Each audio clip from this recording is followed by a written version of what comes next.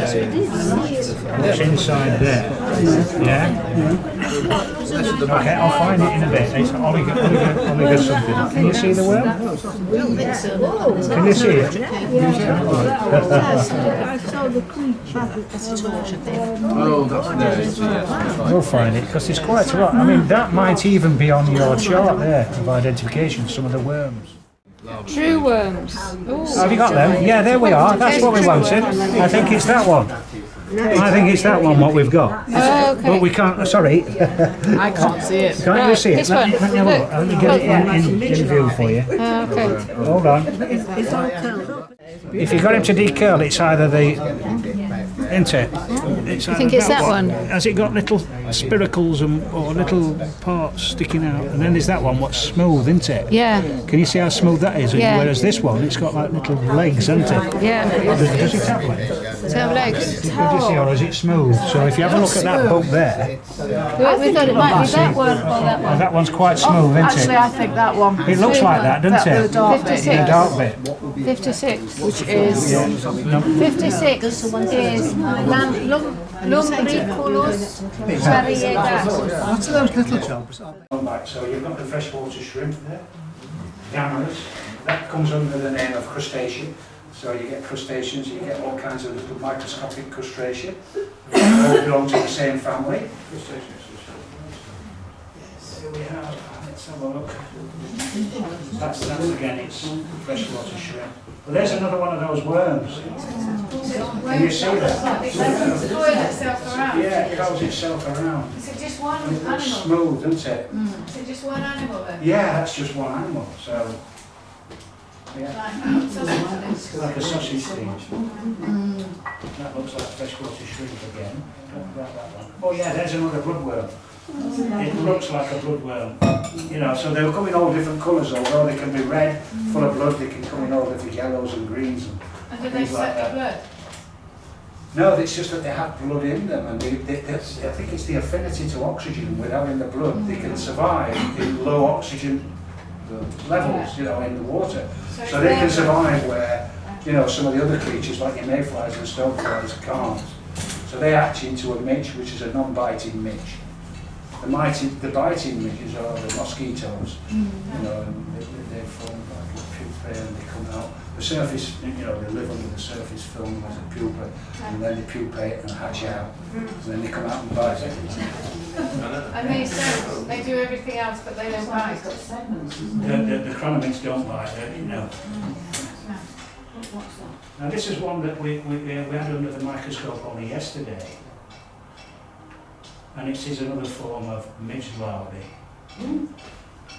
Whereas I was stemming a flow of water coming out from the pen trough.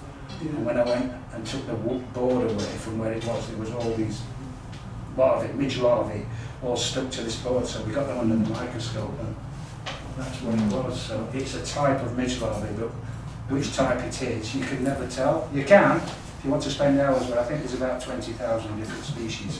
So we put them down to midge larvae. Yeah, so that's why we just do the basic one, and when you want to get more, you know, when you get more experience, that's when you get the keys to key them down to the species. So that's all we've got on there at the moment. So, it's just recently, Which is in one of the stone troughs, just to show you something that can pop up. Quite a big pondweed. Now we mentioned algae, we mentioned blanket weed, which is a problem. This is also an algae. Oh, I've got something crawling off me there. Now it's interesting, this is a stone trough as you come past the door. It's a stone drinking trough. So it's just a water body.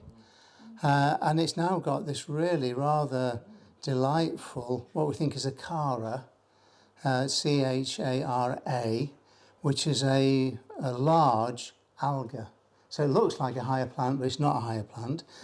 They disperse by spore, so that's, I presume, how it's got in. So it's nice to see. So that's just come out of the stone trough. Now this is why I'm concerned about the ponds at Worlow.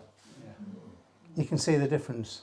Oh, and there's a water hog louse. There's your hog louse. Now that's a sort of the freshwater shrimp, which we have seen, haven't we? Yeah, we've seen Yeah, shrimp. Yeah. that's an indicator of quite high oxygen levels. Water hog louse is an indicator of a bit of organic pollution, but if you look at the notes I've given you, it doesn't tell you about toxicity. So if you have a pollutant like the heavy metals that were coming off the road into the mill pond, they kill things. So this is the brake liners and everything else. So if that's coming in, then it means that a lot of things will die, so you won't find anything. If you're getting organic pollution, then what you often get is an increase in biomass. So you've got more actual physical amount, but you lose the more sensitive species, and you gain the little bloodworms like we've seen, you gain water hog louse. It is a hive of activity, isn't it? I think those are Daphnia, and I think the Cyclops, I think there's a Cyclops, that's the one with two, no, one in it, Cyclops. Yeah.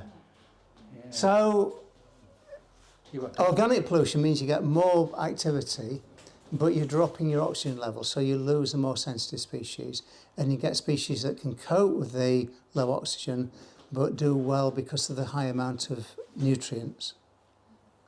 Is that just adaptation over time, and then linking in with the climate issue? There'll be adaptation over time with all of this. Yeah. I mean, that's, these are species that they've evolved to deal with that sort of situation, and if you raise the oxygen level, if you decrease the nutrient level, then you'll lose those species, and they will be outcompeted by ones that do better in those particular conditions. So the neat thing with these invertebrates is you've got whole gradation from one end where you've got species that do well in low oxygen, high nutrients, right the way through to species that cope in low nutrients, high oxygen.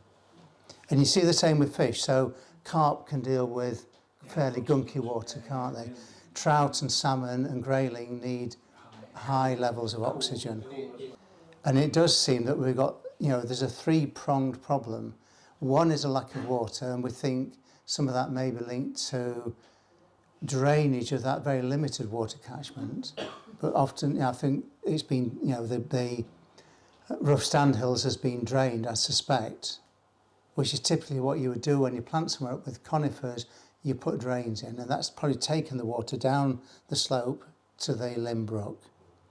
And it's a very limited catchment anyway, and a lot of the water that's coming through your catchment is actually not going through the ponds, it's going to the side and round. So that means we've got a limited amount of water. We've also got a lot of silt, and we don't know where that's coming from.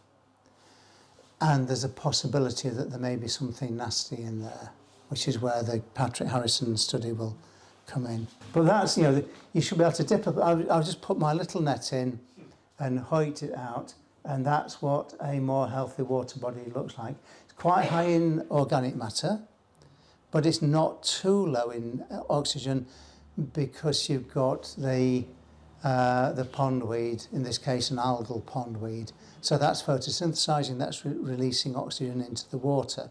So it's not a bad situation, and it is absolutely teeming with life.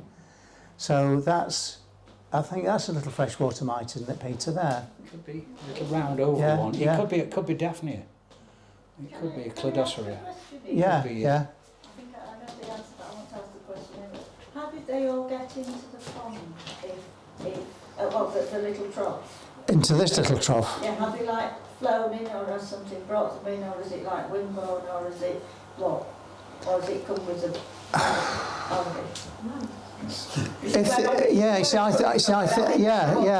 No, I think the algae will have come. I think the algae will have come by wind, and therefore it didn't bring anything because it's arrived by spores. Yeah. If you start a garden pond, the best way to kickstart it is just to get a bucket of sediment and pondweed and water from an existing pond. And then it's kind of preloaded with all this lot. So you've got an ecosystem already happening. So that is a good way of doing it.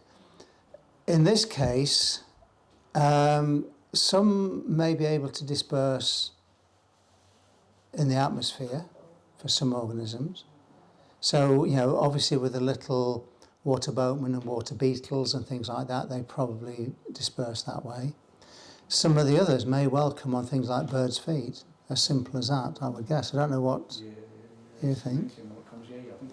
So if you get a blackbird pootling along the edge of the dam, and then it flies down here and bathes in that, then you've got a load of stuff. Yeah.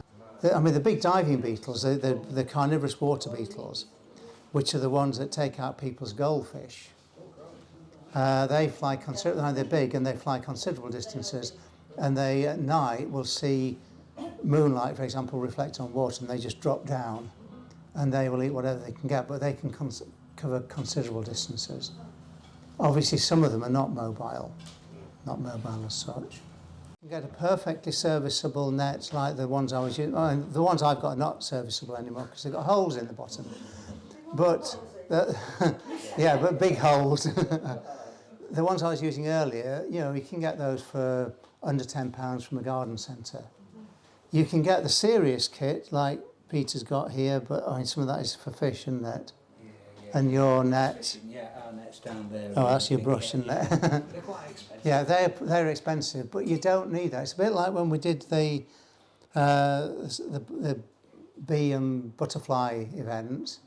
I got a net which I got for under £15 online, and it was marketed as a children's net. It's perfectly serviceable. If you go for the professional thing, you're talking 70, 80 quid. So what I'm saying is you can get a net like this. You need a little tray, but you can cannibalise something that you've maybe bought food from a supermarket or whatever, and then you're away and you're just looking at sampling. And some of this, you know, you will actually see these under the, you know, with the naked eye, once you get, and you just get a magnifying glass and you get some idea. And, you know, we just need this basic information for the ponds and for the stream bits in between to see where we are at the moment, because if we haven't got some data like that, when hopefully it improves, we can't show it's improved. So that's part of the thing that we need to be able to do. And for the larger animals, if you're not sure what it is you're looking at, just take a photograph and we will be able to help you with that. Okay? And if you find any crayfish, then let us know. Well, I mean, crayfish are interesting because, not just because of, you know, they are an invasive species, although you have in the Whirlow, in the Limbrook, you have got the native, which is exciting, but they can go walkabout. If you look at the ones downstairs before, I don't know what you're going to do with them. It's illegal to introduce to the wild, to knowingly introduce to the wild. If you look at them, they've got gills down the side, and they will go walkabout. They can survive for quite a while out of water. But the baseline information, even absence of information, absence of species, but information on absence of species is very useful to have. So don't be too depressed if you're not finding anything. That we need to know, because hopefully in years to come the group will do work to improve the condition of the ponds. And without that information, we don't know whether it's working or not. Any questions before we finally disperse? Thank you to our hosts. Thank you, Peter, for sharing your wisdom.